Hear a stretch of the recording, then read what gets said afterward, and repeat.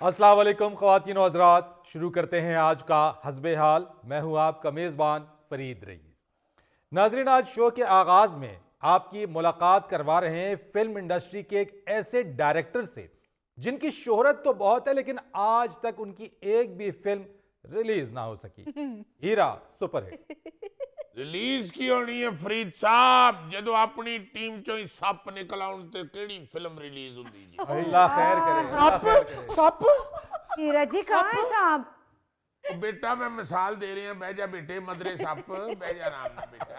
Sorry बड़ा ही दुख होया फरीद साहब, सारी जिंदगी दी कीती कतरी खूह च पै गई। हुआ क्या हीरा साहब? हमेशा सुनते ही रहे हैं आस्तीन के सांप। हाँ बिल्कुल। मेरी ते आस्तीन चो अजदहा निकल आया जी, हाय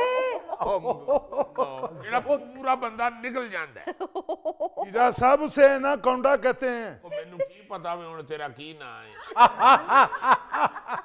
अच्छा, आप अंसारी को सांप कह रहे हैं? ओ जी समझण वाले सारे समझ रहे ने, और ये भाई नू भी पता है कि मैं की गल कर रहा हूं। देखो ना जरा, किदों दे टुरे आ कि फिल्म बनेगी और पर्दे ते जाएगी और हला हो जाएगी और हीरा सुपरहिट जेड़ा हाँ। वो पूरी दुनिया ते सिल्वर स्क्रीन ते छा जाएगा जी। सारी जिंदगी दी मेहनत कीती जे ते अखीर ते आस्तीन चो सप निकल आए। हीरा जी, मुर्शद, माई बाप, जिन्नी ही ਤੁਹਾਡੀ ਆਸਤੀਨਾ ਤੇ ਖਾਰਿਸ਼ ਹੁੰਦੀ ਸੀ ਨਾ, ਇਹ ਕੁਛ ਨਾ ਕੁਛ ਨਿਕਲਣੇ ਸੀ ਵਿੱਚ। ओ मेरे ओ बच्चे, खारिश ते चलो मौसम दी तब्दीली नाल भी हो जांदी, हाँ जी जदों सप निकल आवे आस्तीन चों उदों रहिंदा की जे पल्ले। हीरा जी हुआ क्या है, बताएं तो सही। ਉਹ ਸਰਕਾਰ ਆਈਡੀਆਜ਼ ਜਿਹੜੇ ਇਸ ਦਿਮਾਗ ਦੇ ਵਿੱਚ ਸਨ, हाँ ਜਿਨ੍ਹਾਂ ਵਾਸਤੇ ਬਾਲੀਵੁੱਡ ਹਾਲੀਵੁੱਡ ਤਰਸ ਰਿਹਾ ਸੀ, हाँ ਆਈਡੀਆਜ਼ हाँ ਅਸੀਂ ਭੋਲ ਪੁਣੇ ਚ ਐਵੇਂ ਸੁਣਾਉਂਦੇ ਰਹੇ ਆ, हाँ। ਅਗਲੇ ਸਾਡਾ ਹੀ ਆਈਡੀਆ ਚੋਰੀ ਕਰਕੇ ਅੱਗੇ ਵੇਚ ਛੱਡਿਆ। ये कब हुआ और किसने किया? ਕਰਨਾ ਕਿਨੇ, ਜਿਹੜਾ ਸੱਪ ਹੈ ਉਹਨੇ ਕੀਤਾ ਜੇ, ਅਜ਼ਦਹੇ ਨੇ ਕੀਤਾ ਜੇ, ਐਨੇ ਕੌਂਡੇ ਨੇ ਕੀਤਾ ਜੇ। ओहो, ਹੀਰਾ ਸਾਹਿਬ ਮੈਨੂੰ ਇਰੀਟੇਟ ਨਾ ਕਰੋ, ਮੈਂ ਤੁਹਾਨੂੰ ਦੱਸਾਂ। ਉਹ ਤੈਨੂੰ ਇਰੀਟੇਟ ਕਰਾਂਗਾ ਮੈਂ ਬੇਲਚਾ ਫੜ ਕੇ। ਤੈਨੂੰ ਇਰੀਟੇਟ ਇੰਜ ਗੱਲਾਂ ਨਾਲ ਹੋਣਾ, ਤੂੰ ਇਰੀਟੇਟ।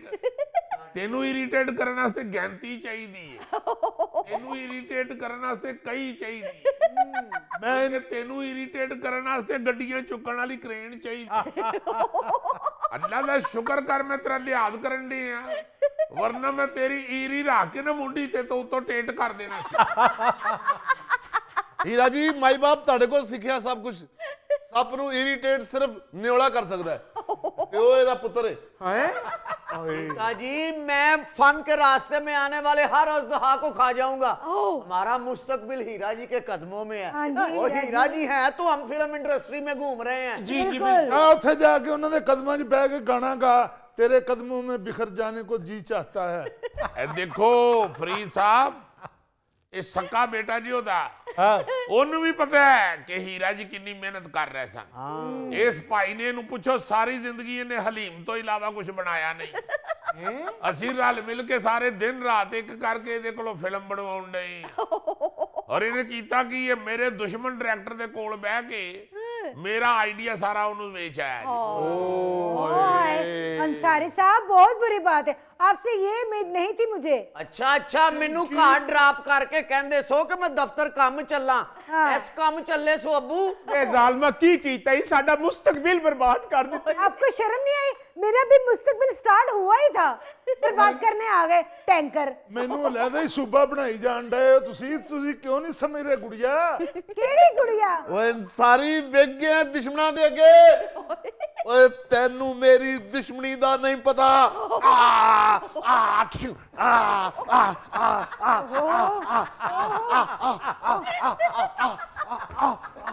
ਉਹ ਪੁੱਤਰ ਸਾਰੀ ਕੋਲੋਂ ਦੁਸ਼ਮਣੀ ਲੈ, ਤੂੰ ਤੇ ਹਸਬਿਆਲ ਵਾਲਿਆਂ ਕੋ ਦੁਸ਼ਮਣੀ ਲੈਣ ਲੱਗ ਪਿਆ। ਉਹ ਇੱਕ ਡੱਬਾ 6 ਮਹੀਨੇ ਚਲਾਉਂਦੇ ਨੇ, ਤੂੰ ਇੱਕੋ ਦਿਨ ਚ ਹੀ ਮੁਕਾ ਦੇਣ ਲੱਗਾ ਹੈ। सीता जी यह भी प्रोडक्शन च पै गया जे, पार्टी ते अगे साडे को कोई नहीं। हाँ ਅਸੀਂ ਰੋਜ਼ ਚੁੱਕੀ ਯਾਰ, ਮੇਰੀ ਲੱਤ ਪੀੜ ਹੁੰਦੀ ਹੈ, ਚੁੱਕੀ ਰੋ। ओए फन दी खातर लोकां ने ते लोकां दे घर साफ कीते सी। ਕਾਮਯਾਬ ਹੋਏਗਾ ਤੂੰ, ਕਾਮਯਾਬ होएगा। मैं जे आ टिशू चुक के पर्दे स्क्रीन ते छा जावां, मेनू कोई हर्ज नहीं हीरा जी। लेकिन ये तुम्हारा बाप नहीं चाहता। वैसे अंसारी साहब, किसी का आइडिया, किसी की क्रिएटिविटी चोरी करके किसी और तक पहुंचा देना या शेयर कर देना वाकई बहुत बड़ा जुर्म है। हाँ जी। फरीद साहब, ये आर्ट का कातिल है, हाँ, ये क्रिएशन का कातिल है, ये फन अदाकारी का कातिल है, ये फिल्म इंडस्ट्री का कातिल है। कातल है, कातल है, कातल है। मैं किसी के साथ नहीं मिला। ओ मैनू क्यों कलभूषण समझन लग पे हो? फरीद साहब, आप आइडिया की बात करते हैं। मेरे एक तायाबू कुवैत होते हैं, इन्होंने तो पिछों दा प्लाट बेच दिता है। ਇਹ ਦੇਖੋ ਫਰੀਦ ਸਾਹਿਬ, ਮੈਨੂੰ ਕੀ ਅੰਦਾਜ਼ਾ ਸੀ ਕਿ ਮੈਂ ਆਪਣੇ ਹੱਥ 'ਚ ਸੱਪ ਫੜੀ ਫਿਰਨਾ। ਸੱਪ ਵੀ ਉਹ ਜਿਹੜਾ ਵਿਆਹਾਂ 'ਚ ਲੋਕੀ ਗਲ 'ਚ ਪਾ ਕੇ ਤੇ ਫੋਟੋ ਖਿਚਾਉਂਦੇ ਨੇ, ਮੋਟਾ ਸੱਪ, ਮੋਟਾ। ਹੀਰਾ ਸਾਹਿਬ, ਜਿੰਨੀ ਵਾਰੀ ਤੁਸੀਂ ਮੈਨੂੰ ਸੱਪ ਕਿਹਾ, ਮੇਰਾ ਦਿਲ ਕਰ ਰਿਹਾ ਮੈਂ ਇੰਜ ਕਰਾਂ। ਸਾਰੀ ਫੀਲਡ ਛੱਡ ਜਾ, ਹੀਰਾ ਸਾਹਿਬ ਦੀ ਕਾਸਟ ਨੂੰ ਤੂੰ ਬਦਨਾਮ ਕਰਤਾ ਹੈ। ਤੇ ਜਾ ਕੇ ਆਪਣਾ ਪੁਰਾਣਾ ਹੀ ਕੰਮ ਸਾਂਭ ਲਾ। ਦਰਬਾਰਾਂ ਤੇ ਢੋਲ ਵਜਾਉਂਦਾ ਸੀ ਫਰੀਦ ਸਾਹਿਬ। होए होए, इतना जहरीला मैं तो कभी सोच भी नहीं सकती। ਘਬਰਾ ਨਾ ਗੁੜੀਆ, ਜ਼ਰੀਲਾ ਨਹੀਂ ਏ, ਇਹ ਚੂਹੇ ਖਾਣ ਵਾਲਾ ਸੱਪ ਏ। ਇਹਦੇ ਕੋਲੋਂ ਡਾਂਗੜੀ 'ਚ ਵੱਜਦਾ, ਇਹਦੇ ਕੋਲੋਂ ਸਿਰਫ ਢੋਲ ਵੱਜਦਾ ਜੀ। ਇਹਨੂੰ ਮੈਂ ਹਲੀਮ ਵਾਲੇ ਫੱਟੇ ਤੋਂ ਉਠਾ ਕੇ ਲਿਆਇਆ ਸੀ ਜੀ।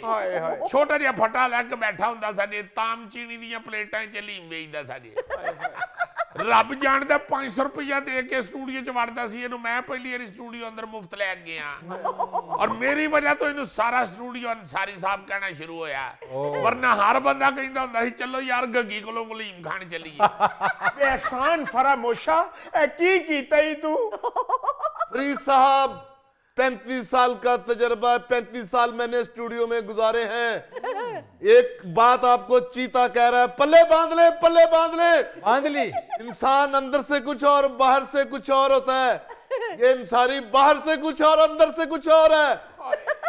वाह वाह वाह वाह। ए देखो तेरा फरीद साहब कैसा कैसा डायलॉग लेके फिर रही है मेरी टीम। ਇਹ ਜਿਹੜਾ ਇਸ ਜ਼ਾਲਮ ਨੇ ਜ਼ਾਇਆ ਕਰਾ ਦਿੱਤਾ ਹੈ। ਉਹ ਕੀ ਸਿਆਣੇ ਆਂਦੇ ਨੇ, ਸੱਪਾਂ ਦੇ ਪੁੱਤ ਕਦੀ ਪ੍ਰੋਡਿਊਸਰ ਨਹੀਂ ਬਣਦੇ, ਭਾਵੇਂ ਚੁੱਲੀਆਂ ਦੁੱਧ ਪਿਆਈਏ। वाह वाह वाह वाह। ਔਰ ਇਹ ਉਹ ਸੱਪ ਜਿਹੜਾ ਖਾਲੀ ਦੁੱਧ ਨਹੀਂ ਜੇ ਪੈਂਦਾ, ਕਹਿੰਦਾ ਵਿੱਚ 7 ਅਪ ਪਾ ਕੇ ਦਿਓ। यार एक मिनट ठहरें। आपको ये किसने बताया कि आपका आइडिया अंसारी साहब ने दूसरे प्रोड्यूसर को भेज दिया है? ਉਹ ਮੇਰੀ ਜਾਨ 48 ਸਾਲ ਹੋ ਗਏ ਨੇ ਇਹਨੂੰ ਮੇਰੇ ਪਿੱਛੇ ਫਿਰਦੇ ਆ। ਮੈਂ ਤੇ ਇਹਦੀ ਰਗ ਚ ਸਮਝ ਗਏ ਆ। ਮੈਂ ਤੇ ਭਰ ਕਰੇ ਤੇ ਮੈਂ ਸਮਝ ਜਾਣਾ ਮੈਂ ਇਸ ਲਈ ਨੂੰ ਭੁੱਖ ਲੱਗੀ। बड़ा गूढ़ा दोस्ताना है हमारा। ਓਏ ਹੋ ਨਹੀਂ ਰਿਹਾ ਗੂੜਾ ਦੋਸਤਾਨਾ ਫਰੀਦ ਸਾਹਿਬ, ਮੈਂ ਇਹਨੂੰ ਖੁਦ ਦੇਖਿਆ। ਇਹ ਲਿਬਰਟੀ ਮਾਰਕੀਟ ਵਿੱਚ ਮੇਰੇ ਦੁਸ਼ਮਣ ਡਾਇਰੈਕਟਰ ਨਾਲ ਖਲੋ ਕੇ प्लास्टिक दे कप्पां दे विच आलू छोले पा के खा रहे हैं। मैं पहले खा रहा था, वो दुश्मन आपका बाद में आया। कभी भी नहीं, तू हमेशा जाना जिथे कोई खा रहा होवे। ਬਾਜੀ ਤੁਹਾਨੂੰ ਜੋ ਪਤਾ ਕਿ ਉਹ ਹੀਰਾ ਸਾਹਿਬ ਦਾ ਦੁਸ਼ਮਣ ਹੈ, ਤੁਸੀਂ ਉਸ ਬੰਦੇ ਨੂੰ ਟਾਈਮ ਹੀ ਕਿਉਂ ਦਿੱਤਾ? ਕਿਉਂ ਮਿਲੇ ਤੁਸੀਂ ਉਸ ਬੰਦੇ ਨੂੰ? ਉਹ ਹੁਣ ਜਿਹੜਾ ਬੰਦਾ ਕੋਲ ਆ ਕੇ ਖਲੋ ਗਿਆ, ਉਹਦੀ ਮੈਂ ਆਓ ਭਗਤ ਨਾ ਕਰਾਂ। ਉੱਤੋਂ ਤੁਸੀਂ ਆਲੂ ਛੋਲੇ ਖਾ ਰਹੇ ਹੋ, ਤੁਹਾਨੂੰ ਪਤਾ ਟਾਟਰੀ ਜ਼ਹਿਰ ਵਾਸਤੇ ਕਿੰਨੀ ਨੁਕਸਾਨਦੇਹ ਹੈ। ਉੱਤੋਂ ਫਰੀਦ ਸਾਹਿਬ 2 ਦਿਨਾਂ ਬਾਅਦ ਉਹਦੀ ਫਿਲਮ ਲੱਗੀ ਜੇ, ਉਹਦਾ ਪ੍ਰੈਸ ਸ਼ੋ ਹੋਇਆ ਜੇ। ਮੈਨੂੰ ਵੀ ਜ਼ਾਹਿਰ ਹੈ ਉਹ ਕਿਸ ਤਰ੍ਹਾਂ ਇਗਨੋਰ ਕਰ ਸਕਦਾ ਸੀ। ਹੀਰਾ ਸੁਪਰ ਹਿੱਟ ਵੀ ਪਾਕਿਸਤਾਨ ਫਿਲਮ ਇੰਡਸਟਰੀ ਦਾ ਅੱਲਾ ਦੀ ਰਹਿਮਤ ਨਾਲ ਸਭ ਤੋਂ ਹਿੱਟ ਡਾਇਰੈਕਟਰ ਹੋਇਆ। हीरा सुपर हिट जी। क्या बात। सुपर हिट, हीरा सुपर हिट जी भुट्टो। ਉਹ ਬੇਟਾ ਸੁਪਰ ਹਿੱਟ ਇਸ ਲਈ ਹੀਰਾ ਵਿੱਚ ਪੁੱਟੋ ਕਿੱਥੇ ਲੈ ਆਇਆ? ਉਹ ਮੇਰਾ ਮਤਲਬ ਜੀ ਭੁੱਟੋ ਜੀ ਹੈ, ਤੁਸੀਂ ਵੀ ਜੀਓ। ਲੋ ਸਰਕਾਰ ਉਹਨੇ ਮੈਨੂੰ ਫੋਨ ਕਰਕੇ ਕਿਹਾ ਕਿ ਹੀਰਾ ਸੁਪਰ ਹਿੱਟ ਜੀ ਮੈਂ ਸਦਕੇ ਜਾਵਾਂ, ਕੱਲ ਮੇਰੀ ਫਿਲਮ ਲੱਗ ਰਹੀ ਏ ਤੇ ਤੁਹਾਡੇ ਬਗੈਰ ਪ੍ਰੈਸ ਸ਼ੋ ਨਹੀਂ ਜੀ ਹੋਣਾ।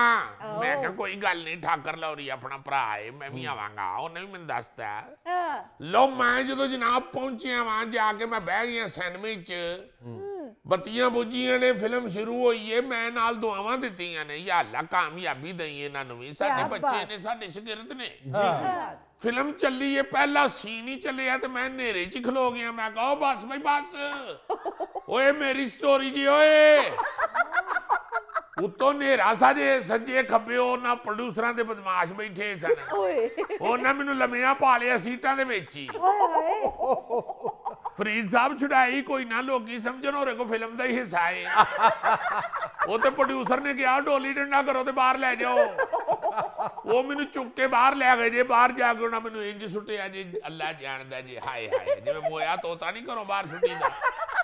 ਫਰੀਦ ਸਾਹਿਬ ਮੈਨੂੰ ਇਹ ਵੀ ਨਹੀਂ ਬੁਰਾ ਲੱਗਾ आहा। गुस्सा मैंने उदो चढ़िया जो दूसरे दिन अखबार वाले ने लिख देता है कि फिल्म के प्रेस शो के दरमियान एक पागल ने शोर मचा दिया कि फिल्म मेरी है।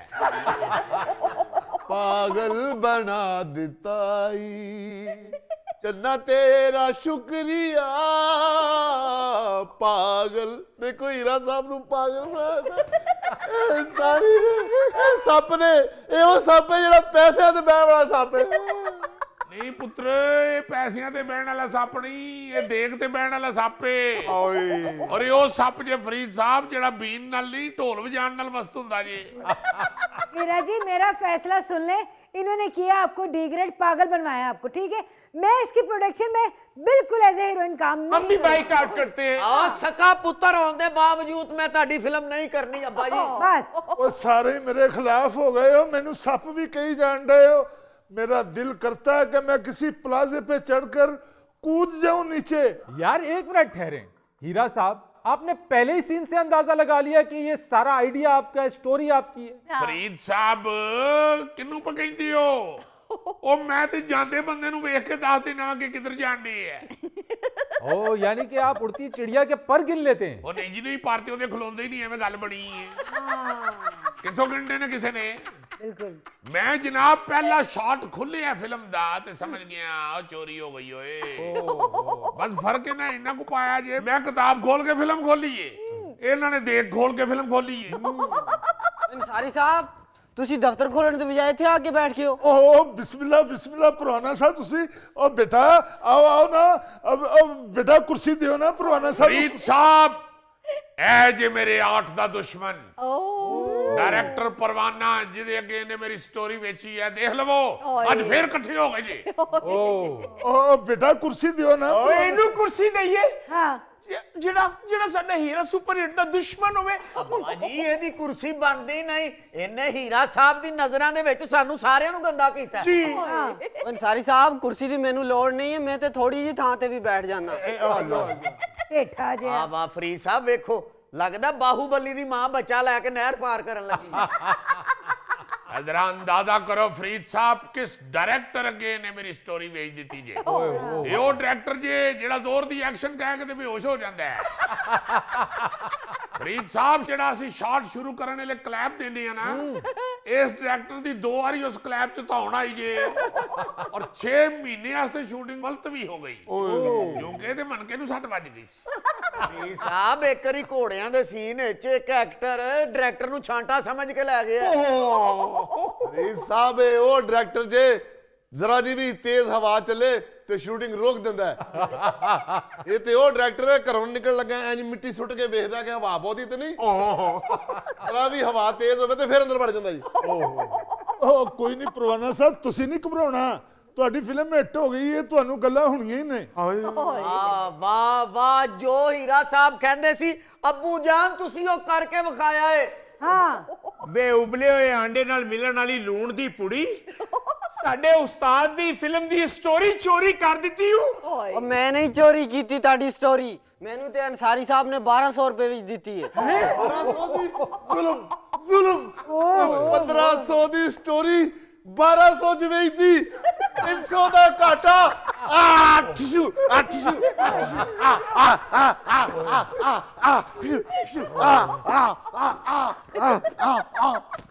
नाज़रीन यहाँ पर वक्त हुआ एक ब्रेक का, हमारे साथ रहिए। खूबियों को चाहिए कि बच्चों की मोहब्बत में दस्तबरदार हो। नहीं तो चौधरी साहब बच्चों को नहीं चाहिए कि वो फुफियों के एहतराम में दस्तबरदार हो जाए। ਫਰੀਦ ਸਾਹਿਬ ਸਾਡੇ ਵਰਗਾ ਬੰਦਾ ਅਕਸਰ 에어ਪੋਰਟ ਤੇ ਸੁੱਤਾ ਰਹਿ ਜਾਂਦਾ ਤੇ ਉਹਦੀ ਫਲਾਈਟ ਹੀ ਨਿਕਲ ਜਾਂਦੀ।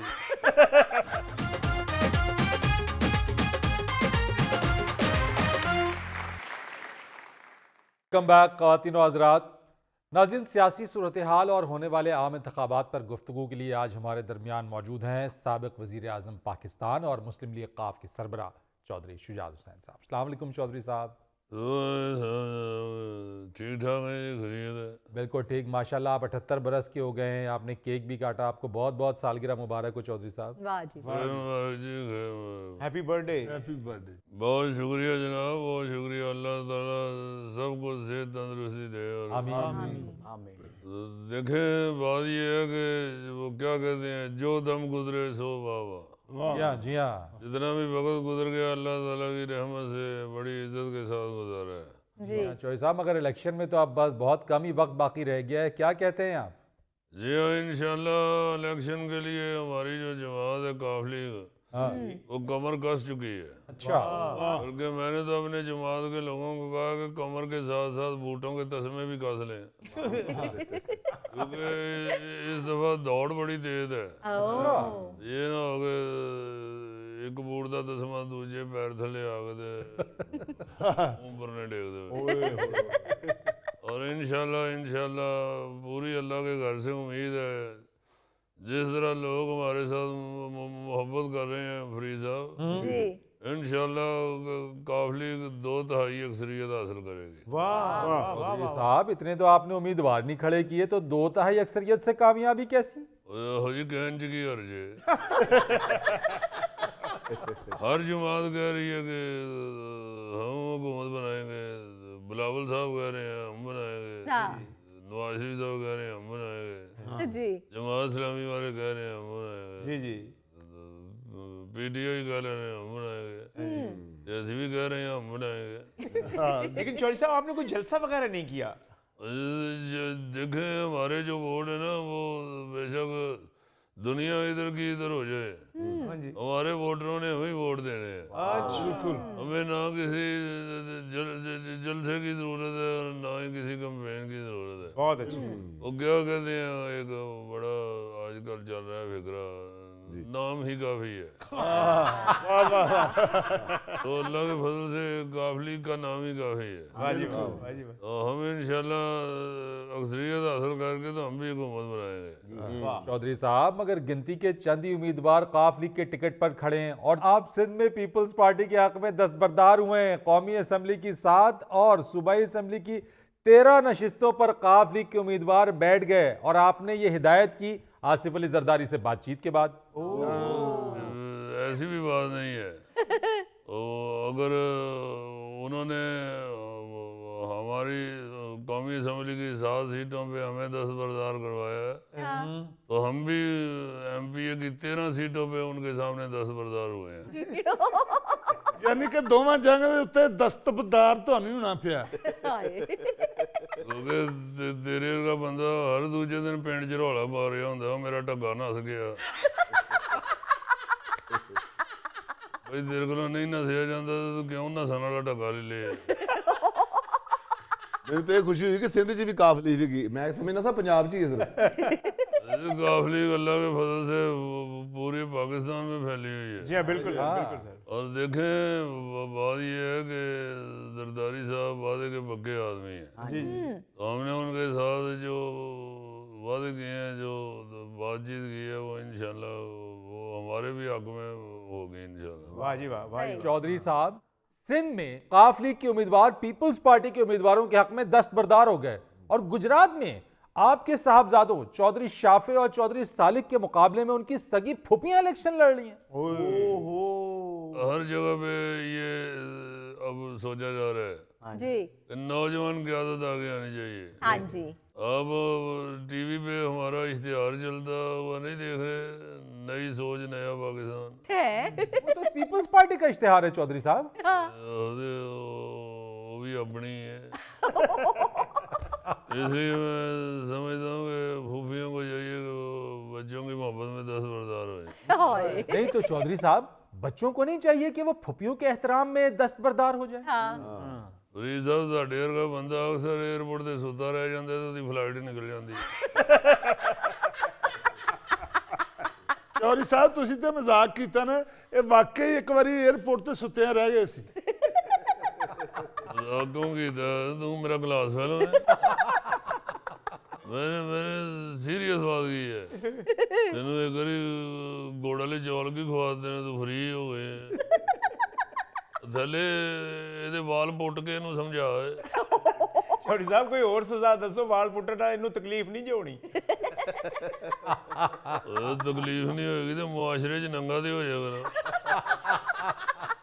बहरहाल चौधरी साहब हमें बड़ा अफसोस होता है ये देख के कि आपके ख़ानदान में रंजिशें पैदा हो गई हैं।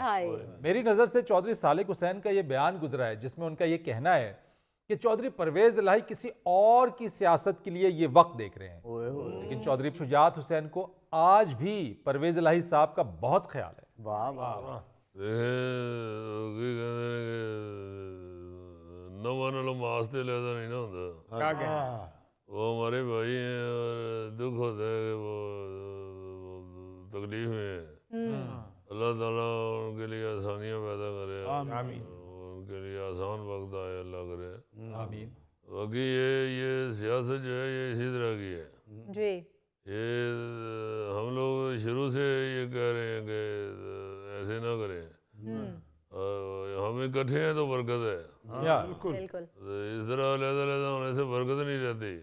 जी हाँ, मोहनिस इलाही साहब ने भी बयान दिया है चौधरी साहब कि उनकी ख्वाहिश है कि परवेज इलाही और चौधरी शुजात के दरमियान मामला ठीक हो जाएं। जी मेरी ख्वाहिश नहीं ना होनी चाहिए, तो ऐसे कुछ करना भी चाहिए। ख्वाहिश से बंदे दिल जी रह जाती है, अमली तौर पे ये कुछ करना चाहिए। बिल्कुल सर। ये जो आगे जो बच्चे हैं हमारे, इनको सोचना चाहिए कि हमने अल्लाह के फजल से इत्तेफाक के साथ ही तो सारे मुल्क में अपनी इज्जत बनाई थी।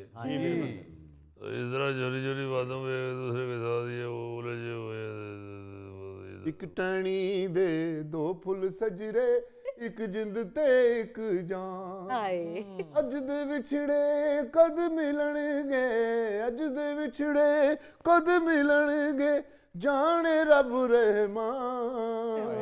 एक टाणी दे दो फुल सजरे। गल तो पुरानी है मगर बांधी थे हुई बाबा आटा ले जा। नाज़रीन, यहाँ पर वक्त हुआ एक ब्रेक का, हमारे साथ रहिए। मैंने कहा मैं कहता है जी आप जनाब तशरीफ लाए। आप जनाब भी अभी मुझे आप नहीं था जमोड़ा साथ जनाब भी।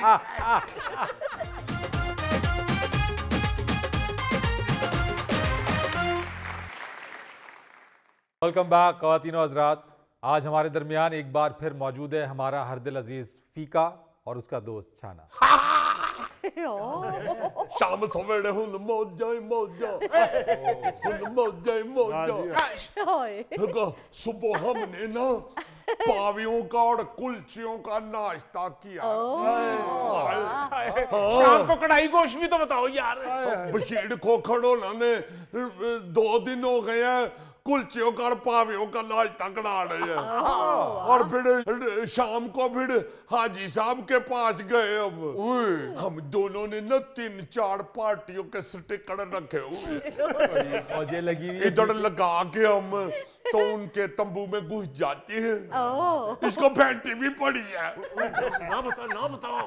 इसने स्टिकर चेंज नहीं किया और दूसरी पार्टी में घुस गया।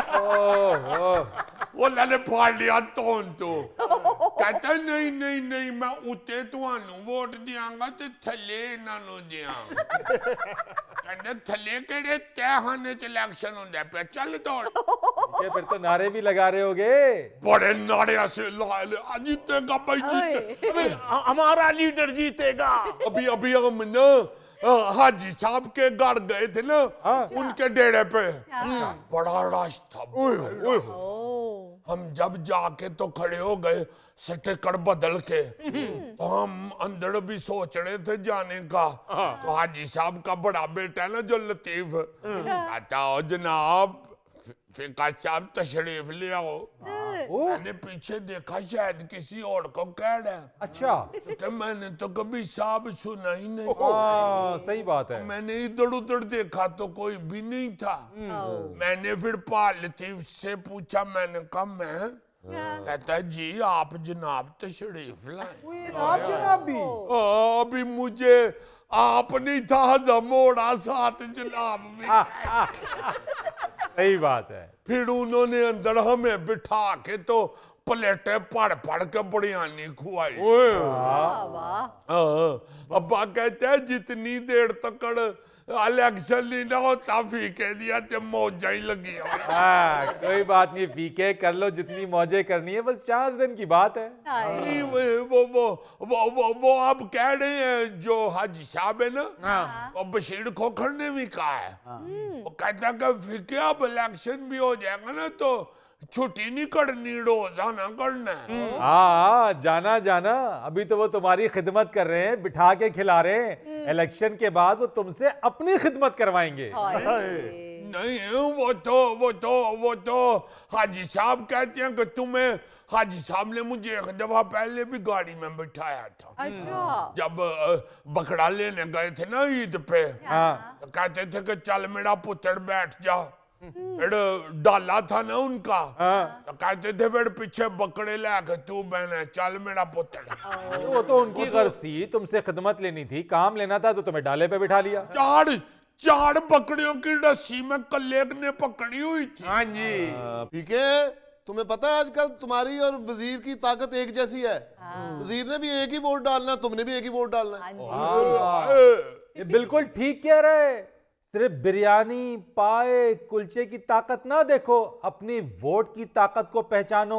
उस उम्मीदवार को वोट जो तो तुम्हारे हलके के लिए फायदेमंद हो, तुम्हारे लिए काम करे और 5 साल के लिए तुम्हें फायदा पहुंचाए। नहीं जी, उन्होंने फायदे का बताया है। उन्होंने फीके से कहा है कि हम फैक्ट्री में तुम्हारे दोस्त छाननी को भी रखेंगे। यार, अपना जाती फायदा ना सोचो, मुल्क का सोचो, कौम का सोचो। ऐसे उम्मीदवार को वोट दो जो सबका सोचे, सिर्फ तुम्हारी नौकरी ना लगवा दे वो। नहीं तो इनकी फैक्ट्री पाकिस्तान में ही है। अरे उधर अब सारे मुल्क को तो वो नहीं ना रख सकते। यार, वो हमें रखने हैं, छाने को रखने हैं। मैं तो उनको कह रहा था कि छाने घोड़ों के भी सारे वोट आपके हो। हाँ जी। ये जो अलहदा पकड़ के कह रहा है कि मैं तुम्हें फायदा दूंगा, मैं तुम्हारी नौकरी लगवा दूंगा, वो 2 नंबर आदमी है। जो पूरे मुल्क का सोच रहा है, जो मुल्क के लिए प्लान दे रहा है, वो बेहतरीन है, वो 1 नंबर आदमी है। जो जिलो पूरे मुल्क को किस तरह वो बड़ियानी बांट दें। हाँ जी, बिल्कुल। 4 जगह पकाते हैं रोज। हाँ जी। तो वो जो काम करते हैं उधर उनके डेरे पे, उन्हीं को खिलानी है ना। उनमें से भी कई लोगों को बोटी नहीं मिलती। ओ खुदा के लिए इस बोटी बिरयानी से बाहर निकलो, फीके मुल्क का सोचो यार। लो जी, जे 4-5 साल बाद बोटी खाई लई दिए थे ओदे भी दुश्मन बन गए। आप बल्कि ये क्यों नहीं कहते लोगों को कि 5 साल बाद इलेक्शन कराते हैं, हर साल करा लो। वापी के ये जो इलेक्शन में चंद दिन अवाम को बोटियां खिलाते हैं, 5 साल फिर वो इनकी बोटियां खाते हैं। तेरे को तो खादी नहीं जाती।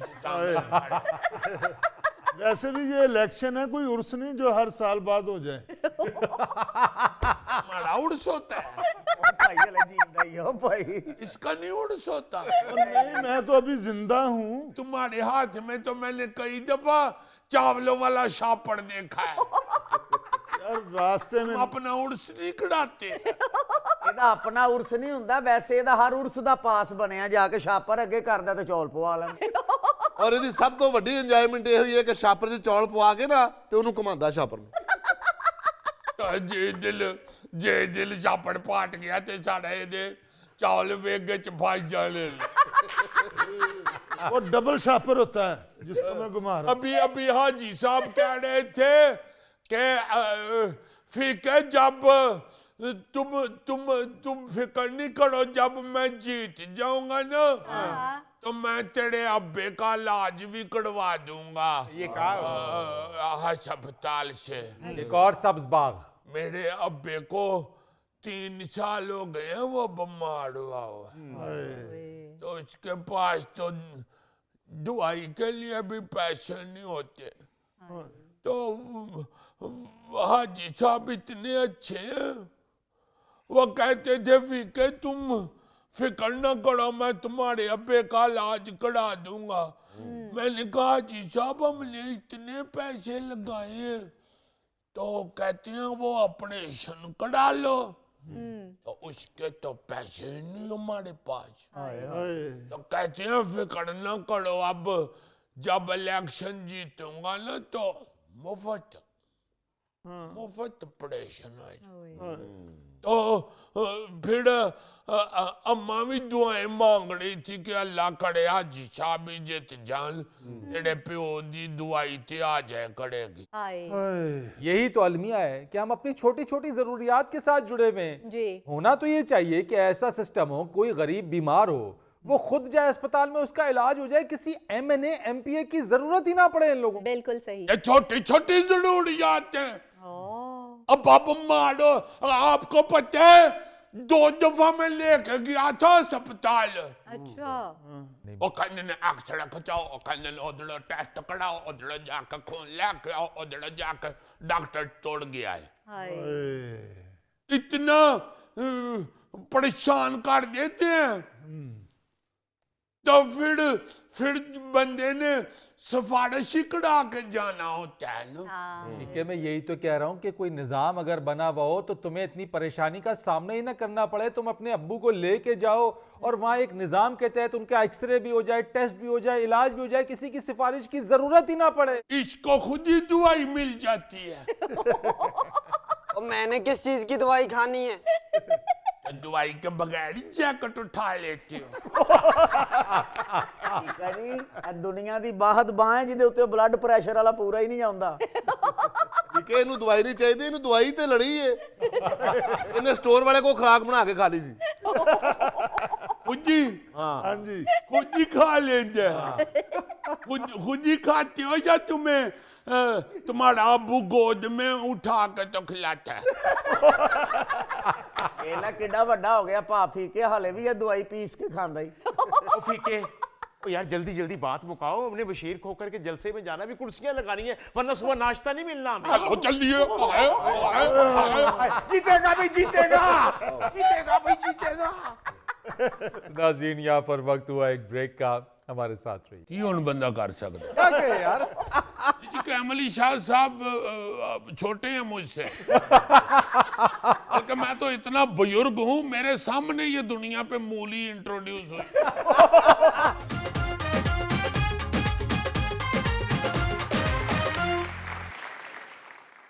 हस्बे डाक में आज क्या पैगामात आए हैं जिया साहिबा? सर, हस्बे डाक में आज सबसे पहला मैसेज हमें आया है अजीजी सर के लिए, और ये मैसेज किया है रहमत शाह ने, और कहते हैं अस्सलाम वालेकुम हस्बे हाल टीम। वालेकुम अस्सलाम। कहते हैं अजीजी साहब, जब आप खुद को जवान और यंग स्मार्ट कहते हैं तो मुझे बड़ी खुशी होती है। हालांकि मुझे अंदाजा है कि आप कायम अली शाह से 2 साल या ज्यादा से ज्यादा 4 साल ही छोटे होंगे।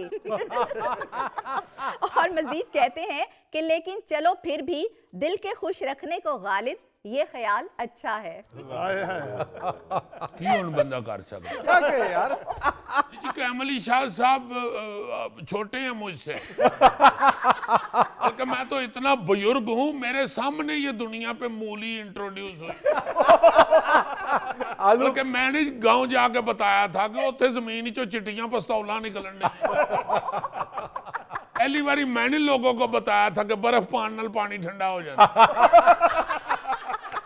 बच्चियां धियां भैणां जिहड़ी गुत नहीं करदियां, ये मैं बनाई सी जी पहली बारी। डोंट वरी अजीजी, उन्होंने मजाक से कहा है। यार ये मजाक है करने वाला। आप उनसे कह दे मैं जुल्फी से 2 साल छोटा हूँ। रहमत शाह साहब टीवी बंद करके प्रोग्राम देखते, उनको माशाल्लाह नजर आ रहा है कि अय्यी की तरह है, और गौरी के दाएं तरफ एक फाख्ता बैठी हुई। चलो अजीजी, बस बस यार, गुस्सा नहीं करते हैं। Love you Shah ji. ये बात हुई ना। अच्छा जी, दूसरा मैसेज आया है लंदन से, और किया है आलिया अख्तर अली ने। कहती हैं अस्सलाम वालेकुम हस्बे हाल टीम। वालेकुम सलाम। कहती हैं फरीद साहब, आजकल सोशल मीडिया पर राहत फतेह अली खान के मुलाजिम पर तशद्दुद वाली बात बड़ी वायरल है, लेकिन आपने इसको अपने प्रोग्राम में शामिल नहीं किया। हम जानना चाहते हैं कि इस वाक़े की हकीकत है क्या? यार अब बंदा इस पे क्या बात करे? नहीं, ये तो अपना ये बेटी से मैं ये कहूँगा जी कि इस तरह के मामलात जो होते हैं उनको बढ़ावा नहीं देना चाहिए। हाँ जी बहुत आला। हम सब जानते हैं कि वो पूरी दुनिया में पाकिस्तान की पहचान है, इसलिए ऐसी सिचुएशन को डील करते हुए हमें ये जहन में रखना चाहिए कि हमारे मुल्क की इज्जत का भी मसला है। देखें, बात ये है कि एक तो राहत फ़तेह अली खान जो हैं उन्होंने पाकिस्तान की इज्जत पूरी दुनिया पे बनाई। हाँ बिल्कुल हम एकदम ना गुस्सा कर जाया करें, एकदम ना गर्मी खा जाया करें। कोई अगर उनकी गलती है या नहीं है और वो उन्होंने उसकी वजाहत भी पेश की। उनकी वीडियो एक मैंने देखी है सोशल मीडिया पे ही, वो बाकायदा सबसे माफ़ी मांग रहे हैं। हाँ जी हाँ जी तो एक इतना बड़ा आपका स्टार है और इस तरह के लोग जो हैं वो कभी कभी पैदा होते हैं बिल्कुल सही बात। जो आपका नाम पूरी दुनिया में बना। रोशन कर आप याद करें ना कि नोबेल प्राइज की जो तकरीब थी जी जी वहाँ गोरों ने राहत फ़तेह अली साहब को परफॉर्मेंस के लिए बुलाया था। हाँ जी इसमें मुझे बहुत ही एक खूबसूरत बात याद आती है। जी सर एक फिदा अहमद कारदार साहब होते थे, बड़े प्यारे सहाफ़ी, जी हाँ। जी वो एक मैगजीन में लिखते थे। उनको मैंने एक दफ़ा कहा, मैंने आपके कलम से कभी किसी आर्टिस्ट के ख़िलाफ़ नेगेटिव कोई चीज़ नहीं देखी। अच्छा। जी तो उन्होंने बड़े प्यार से कहा कि यार वो मेरे पाकिस्तान के आर्टिस्ट हैं, वाह अगर कोई गलती है तो मैं उसको क्यों उछाल के तो पूरी दुनिया में अपने पाकिस्तान का नाम बदनाम। बहुत खूबसूरत बात, बहुत खूबसूरत। खुदा रहा इन बातों को ज़रूर मद्देनज़र रखा करें।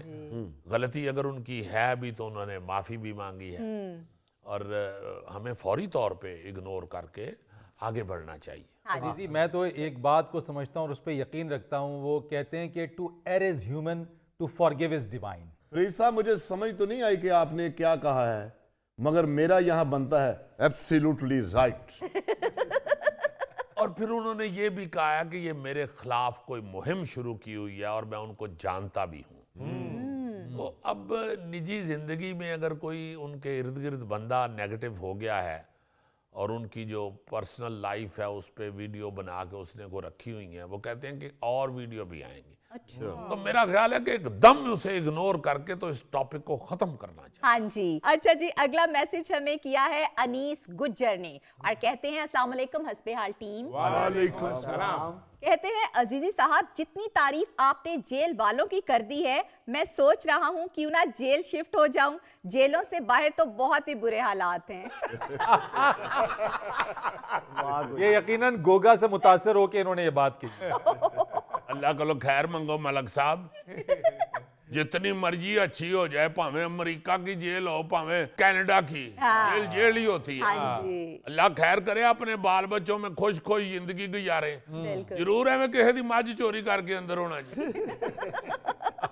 अच्छा जी, अगला मैसेज हमें आया है कराची से और किया है आयशा हाशमी ने और कहती हैं अस्सलाम वालेकुम हस्बे हाल टीम। वालेकुम सलाम। कहती हैं फरीद साहब, हॉकी टीम के ओलंपिक से बाहर होने का सुनकर बहुत दुख हुआ। हम नेशनल गेम को ही फरामोश कर बैठे हैं। लोग तो अपने कौमी परिंदों और जानवरों तक को नहीं भूलते हैं, लेकिन यहाँ हॉकी का जनाजा इतनी धूम से निकला है, फिर भी किसी वजीर, मुशीर या वजीर आजम के कान पर जूं तक नहीं रेंगी। हर शख्स ये कहता है जूं तक नहीं रहेंगी, जूं तक नहीं रहेंगी, जूं तक नहीं रहेंगी, मगर जूं है कि जूं की तू सुकून की जिंदगी गुजार रही है। हाँ जी, जू एक थां ते बह बह के हुण ते मोटी हो गई होनी। हाँ जी, साडे गोगे दे सिर 'च जेड़ी जूं है, ओदा साइज छोटे कुत्ते जिड्डा जी। वेग बुरी दे बात है, कितनी बुरी बात है। तेरा की ख्याल है सिर च कंघी फेरदा ते वादा आंदियां।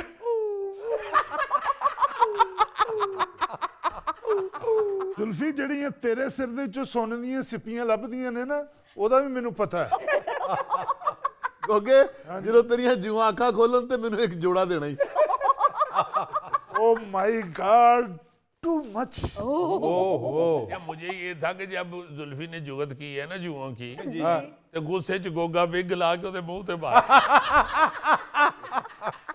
नाज़रीन, ये था आज का हस्बे हाल। जाने से पहले एक खूबसूरत बात, असल जहानत इस बात को समझना है कि हम जिंदगी, दुनिया और अपने आप के बारे में बहुत कम जानते हैं। वाह। अपने मेज़बान फरीद रईस को इजाज़त दीजिए। आइंदा हफ्ते आपसे फिर मुलाकात करेंगे इंशाअल्लाह।